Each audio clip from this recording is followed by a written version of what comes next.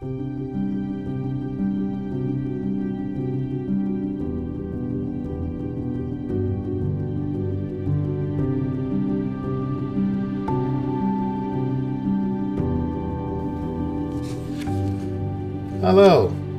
this is William Cunningham of My Hope in Marriage. You can visit us at myhopeinmarriage.com. Thank you for joining me. My Hope in Marriage is dedicated to helping you or providing information and resources to help you forge and establish a happy and fulfilling marriage. Okay? All right. I've been married for over 35 years, and I've been studying marriage ever since I got married, because I didn't know how to be married, so I wanted to learn. That's just the way I think, and I'm just passing that information off to you. All right? All right, now, what I want to talk about today is very serious, and it's from a man's perspective, but it's for women, it's for wives, so that wives can understand more about the psyche of their man, what's going on in their husband's head, and so forth and so on, and in his heart. And what I want to talk about today is the consequences of a sexless marriage for men. And I say for men because it's going to be geared to or focus on the impact that a sexless marriage has on a man. But remember that there are women who are experiencing sexless marriage because their husbands are avoiding it or aren't putting out, so to speak. All right. So it goes both ways. But by far, from what I've seen online and the resource and so forth, it's definitely an issue that seems to impact many more men than women. Okay. So what I want to do is I want to go over, first of all, the importance of sex in a marriage, what it means to a guy, what the effects of not having sex are to a guy, and what the consequences are in a marriage, in a sexless marriage. Okay? All right. And then what we can do about it. Now, I'm just going to go over things pretty quickly because I don't want this video to get too long. But you can go to the website, myhopeinmarriage.com, and read the full article, which I'll go into more detail. All right? All right. Now, the first thing we have to establish is that sex in marriage is important. It's not just something that guys want because guys just want sex. No. It's much more than that. It's important to the marriage as far as the interaction or the connection of the husband and wife. Right? Even the Bible in 1 Corinthians chapter 7, verses 3 through 5, Paul highlights the importance of marriage. The importance of sex in marriage, where he tells, he taught the couple, the people, don't neglect it. Don't deprive each other of it, except for a little while for prayer and supplication or whatever, for whatever reason, but come back together. Else, you'll be tempted by Satan because of your lack of self-control. All right, so sex is important. That's point one. Sex is very important to the marriage. Very important. Right? And interestingly enough, not only is it important just because of the marriage, in the context of the marriage, but sex in the marriage has health benefits. Yeah, it has health benefits. And some of those benefits are, it helps support the immune system to keep you fighting diseases and so forth. It boosts your libido. If you don't use it, you're going to lose it. It lowers your blood pressure. It lowers stress. I think most of us knew that. All right. It counts as exercise. It's more, you burn more calories having sex than you would just sitting watching TV. It eases stress. For women, it could help with having regular periods and diminish cramps. Okay. And other things. Regular sex releases pheromones in the blood, which increase sexual appeal and so forth. It lowers your risk for heart attack. It helps protect you against prostate cancer and women breast cancer.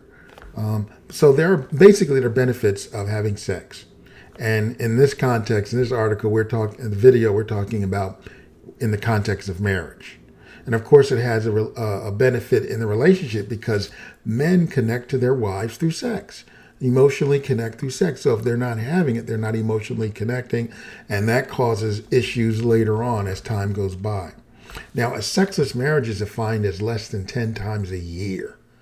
Okay, less than 10 times a year. And I remember reading where in a healthy marriage, it's like 3 times a week. All right, 3 times a week. But it's really based on the couple. You know, if they're cool with once a week, that's fine. If they're cool with twice a month, that's fine. And they're not stressing out because one wants more, that's okay. So it's really defined by the couple. But in general, on average, they're saying like 3 times a week. Okay. Now, it was interesting. There's an article that I read online, and I have a link to that article in the actual article on my website for this topic. And I'm going to read this. It says, according to the studies in Australia, people who climax as little as 3 times per week, had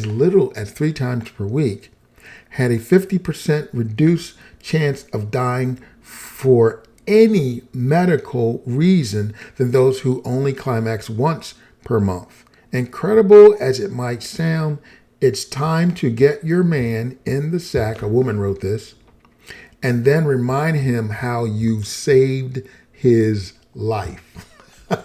I thought that was cool. I thought that was cute. So the bottom line is there are benefits for having sex. There are benefits for having sex in the marriage, or for the marriage, and even health benefits.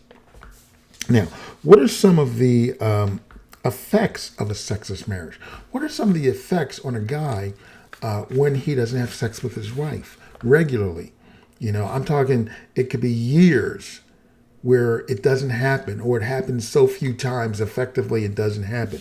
Well, one of the first things that happens is he may get low self-esteem. He may begin to think something is wrong with him.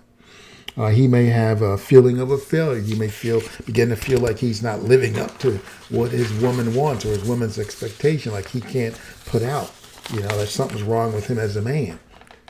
He may, of course, become disconnected from his wife. Of course, you're not having sex. You're not emotionally connecting. Now, you may be functionally connected in that things are getting done around the house and so forth, but you're not emotionally connected because you're not having that sex. And that's what really happens in the marriage when you have sex with your wife, or you have that emotional connection, and without it, you're going to become disconnected. You are going to have resentment start to grow, and it's going to germinate and grow. And resentment is the silent killer of any relationship. It is the ill feeling that you have when you're wronged by someone. And in this case, you're wronged by your wife or your spouse because they refuse to have sex with you. It's not a priority. They don't, seem to want you. They don't seem to desire you. And so it causes ill feelings and then resentment to germinate and grow in your heart. Decreased empathy for your wife. Well, as you become disconnected from her, you're not going to empathize with her. You're going to actually care less about her and her feelings for things. You're going to care less about her. She's going to become a roommate. She's going to become a member of Household Incorporated. She's going to become a responsibility or even a burden. So you're going to lose empathy. You're going to perceive her as if you would someone on your job.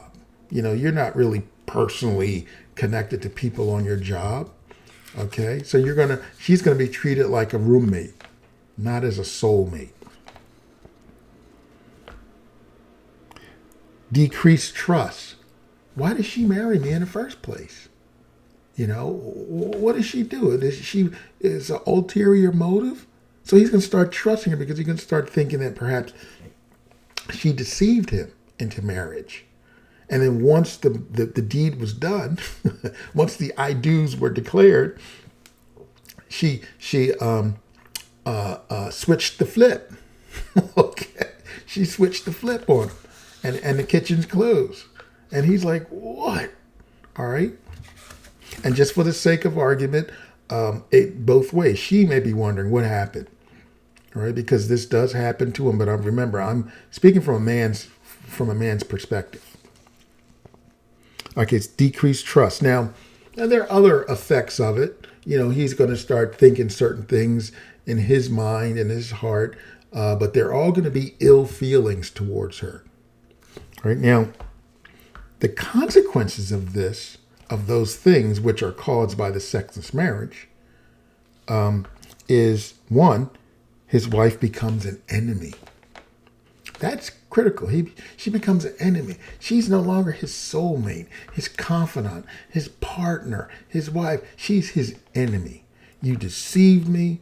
You had ulterior motive. You just tricked me. You just didn't want, you lied to me. I don't trust you. You're my enemy. I can't trust you. I got to watch my back with you.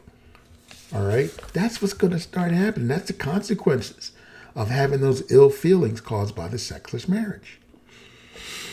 You're going to have a shorter life.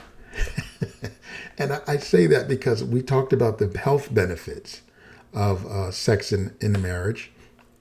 So you're not going to realize those. So those life-prolonging things that sex produces will not be realized. So that's just how much shorter your life will be. All right. You're going to drift apart from each other. Remember, you're not having sex with your wife. You're not having sex. And that's how guys emotionally connect with their wives, through sex. And if that's not happened, you're not emotionally connected. And of course, you're just going to start drifting apart. You're going to have ill thoughts, more ill thoughts, and it's going to grow and grow and grow. And every little thing is going to be your idea of that, of her being deceiving, being, dishonest or what have you. You're going to neglect her, because why should I spend time nurturing a relationship, spending time with her when she's the enemy? All right. I don't want to spend time with her. I don't want to cuddle up to my pain. Okay. Of course, loss of commitment. Now, when that happens, that's the beginning of the end. When you lose commitment for the relationship. I have an ebook called "What Happens to Love and Marriage." You need to sign up for that. It's at the bottom of the article on the website, My Hope in Marriage. All right, just look up the consequences of a sexless marriage for men, and you can sign up and get that ebook. That's a good ebook. All right. Another consequence, of course, is infidelity. He's not getting it from his wife. He may be inclined to get it from some other woman. Now, what's interesting is that the guys on the forums, on marriage forums, that I like to go to these marriage forums, just check out posts, and of course I contribute. None of them are like, if you're not getting it from your wife, go to somebody else. They don't do that. They're mostly, you got an ultimatum. Either you guys work on this, make it better, or you're out. There's like divorce, separation, what have you. All right. So infidelity can still happen because, like I said, if you deprive each other, like the Apostle Paul said, you can be tempted, and next thing you know, you're having sex with another woman beside your wife, or another man beside your husband. All right, because you get into a vulnerable state, you get into a point of no return, and it feels good at the time, but then afterwards guilt and stuff comes in, but I want to get into that. So infidelity is a consequence, a possible consequence of a sexless marriage. And of course, separation and divorce is a consequence, because having a sexless marriage may mean that you two aren't connected. All right. And you got the ill feelings, the resentment, you're the enemy. And how can you have a happy marriage with those? All right. It's unlikely. Okay. All right. So those are some of the issues. You have the effects of the sexless marriage, which means that ill feelings start to come up, bad thoughts about her and the marriage and why you got married, which causes a consequences, from his perspective, lack of trust and so forth, as I just discussed. But now you have to ask yourself, what can a guy do about it? Now, this is from a man's perspective. Now, there are things that a woman can do. I'm not talking about that. I'm just talking from one side of the equation, so to speak. And that's only because I am familiar with the man's perspective. I can't really talk about the woman's perspective unless women give me information. And if you're listening to this, watching this as a woman, feel free to give me information if you have or know anything about what sex means. Well, of course you do. What sex means to a woman in general. Okay. But anyway, what can a guy do about it? What can he do about a sexless marriage? Well, first of all, above all, whether it's a sexless marriage or not, take care of yourself. All right? Don't let yourself go. You don't get married and let yourself go.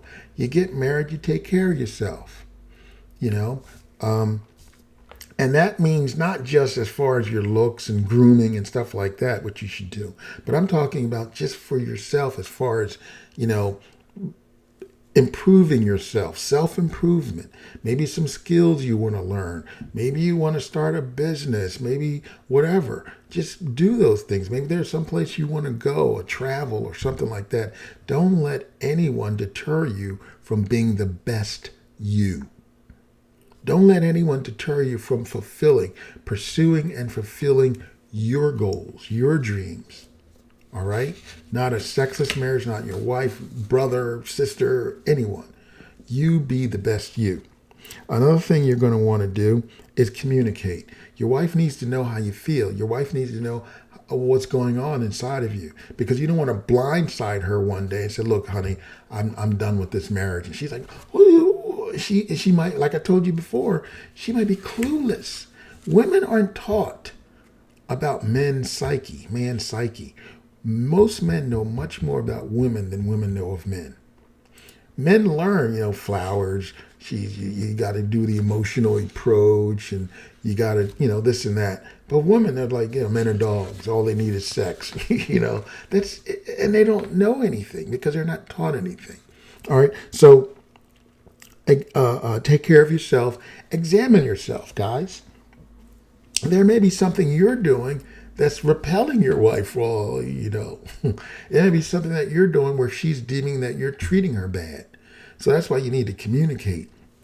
But examine yourself. Learn how to be a good husband. What is a good husband? Be the best husband you can. Get to know your wife so you can provide for her and help her and so forth and so on. Maybe she's responding to you and she's clamming up. The kitchen is closed.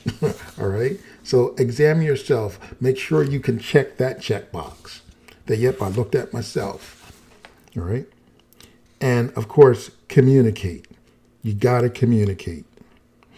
Okay, you have to communicate. Tell her how you feel. Tell her what's going on. Work on a solution. Spend your energy working on a solution, not complaining about the problem. Forgive. Remove the resentment. Resolve the resentment. And when I say forgive doesn't mean to forget about it. Forgive is not to forget. True forgiveness, you're still going to remember what happened. All right. Forgiveness means to release the resentment, to let that resentment go. Because when you hold on to the resentment to your wife for not having sex with you, what you're doing is drinking poison, hoping that she will die, so to speak. Not that you're really going to kill her, but that's what it's like, hoping that you'll do something and that she's going to be the one that suffers. No. Resentment is going to gradually kill the relationship. So you want to release that. You want to get to a point where you can forgive her and just start focusing on the solution. And even if you do break up, get rid of that resentment because it's only going to hurt you. All right? Get help. Maybe there's professional help, a pastor, a marriage counselor, a marriage coach, whatever. Maybe you need to get a third party involved. Realize that she may have gotten what she wanted and deal with it. In other words, maybe she did marry you for an ulterior motive. Maybe she wasn't really interested in spending her life with you, but she was interested in spending her life with you doing the things that she needed you to do. Okay? Maybe she got married because she just wanted a moral environment for kids, and it's not about you. Maybe she got married because you have an income and you have a potential for more income. Maybe she has the protection or whatever. But just realize she may really have married you not for you. And you got to deal with that. Or be honest about that. And stop trying to force things if it's really not there. Okay? Now, judge her actions. All right, judge her actions. She may say one thing, but what is she doing? What does her actions tell you? You want real data when you make decisions about the relationship, is what I'm saying. Never beg for sex. Never beg for sex. I'll just leave it at that. That makes things worse. That makes things bad. Don't beg. This is interesting. One of the things that was proposed a lot, and I have links to some articles about this, to cope with a sexless marriage for men and women, is masturbation, believe it or not.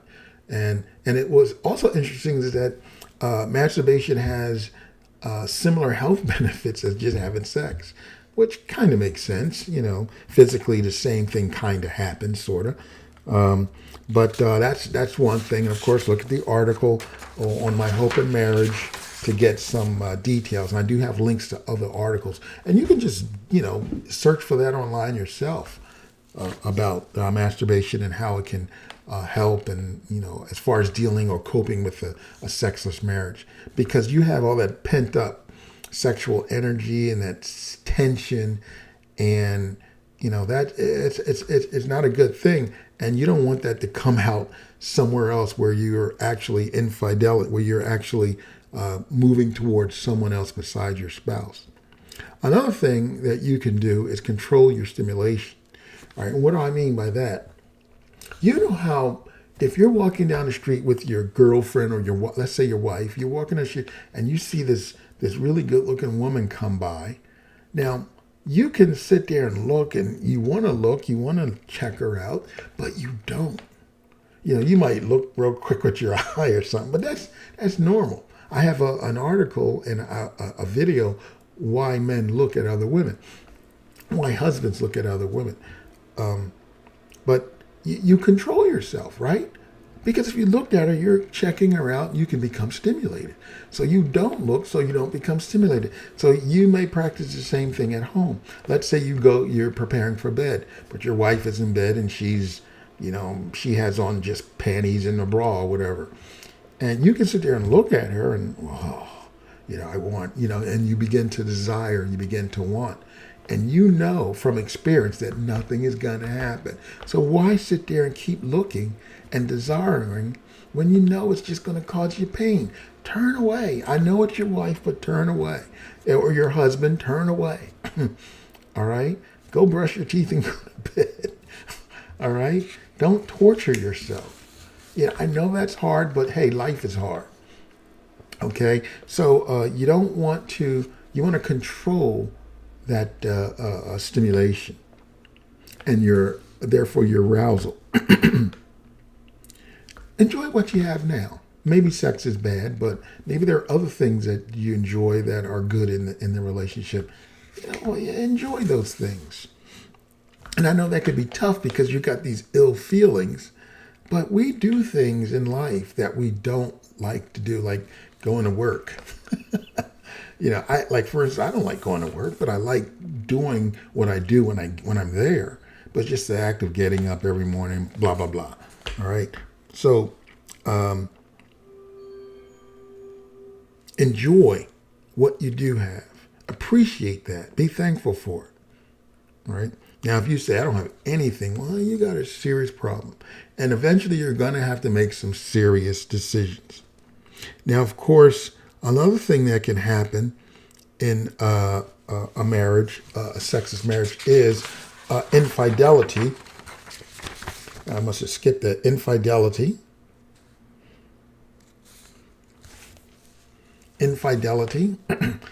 Because, you say you're not getting it at home, I might as well get it somewhere else. No, you don't want to go down that path. You don't want to get into that. Okay? All right, let's see what else we have. Examine yourself. You want to communicate. Oh, those are what you can do. Infidelity is one of the consequences of a sexless marriage. I don't remember her saying that, but that is one of the things that could happen. So never beg. Examine yourself. Control the stimulus. These are just things that you can do to help yourself. because you're not getting it anyway. So why torture yourself? There's a concept where you have all this pain because you desire. I think it was Buddhism I first heard this. You have this pain because you have this desire. So the more desire you have, the more pain you have because the desire is not being fulfilled. So you're sitting here looking at your wife thinking and dreaming about having sex, and you know it's not going to happen. So you just hurt more and more, which causes more ill feelings, which causes more the increase of the consequence, increased level of the consequences, and just cause you pain and suffering. Why do it? All right. Always keep trying to make things better. Now, it may come to the point where you decide, I've had enough. And of course, one of the consequences of a sexless marriage over years and years is you get separated or divorced. Because a guy may just say, I'm going to salvage my life. I'm not going to live like this for the rest of my life. If she doesn't want me, then I'm not going to be here. Okay? All right. So I just wanted to bring that up. There's also a spiritual component of it. Pray for your marriage. There could be evil forces trying to tear your marriage apart because it wants to tear the family unit apart in this earth. All right. So you want to pray for your marriage, ask God for guidance and so forth and so on. All right. All right. So I just wanted to bring that, to you. The consequences of a sexless marriage for men. This is from a man's perspective. Actually, it's the consequences of a sexless marriage from a man's perspective. What does it mean to a man when his wife refuses to have sex with him over a long period of time? I'm talking about years, decades. What does that mean? What happens to him? How does that affect him? What are the consequences to him and even society, because it breaks up families when you have things like that. All right.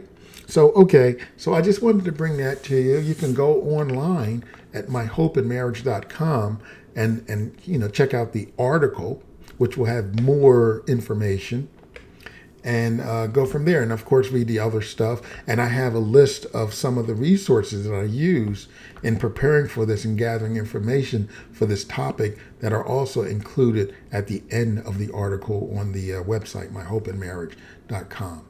All right. I hope this has helped you. I hope this has blessed you. Feel free to, leave me your comments. If you have any questions, feel free to send them. And I answer all emails. I answer or reply to all comments. At least I try to. I think I have been able to do that so far. So do that. And I'll be more than happy to share more information with you and so forth and so on. All right. Okay. Well, until the next time, you know what it is. Be blessed.